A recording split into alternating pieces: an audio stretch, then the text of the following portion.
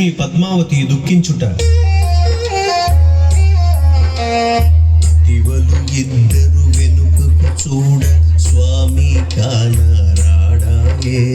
సవతులు ఇద్దరు పరుగున వెళ్ళి శిలారూపమే చూసెనుగా, శిలారూపమే చూసెనుగా.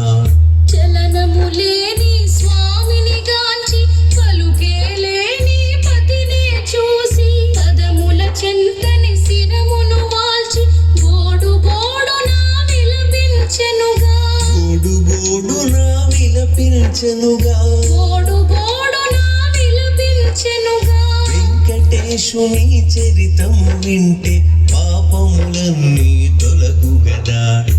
ఏడు కొండలు ఎక్కినంతని మనసే పరవశముండు గదా. వెంకటేశుని చరితం వింటే పాపములన్నీ తొలగు గదా. ఏడు కొండలు ఎక్కినంతనే మనసే పరవశముందు గదా.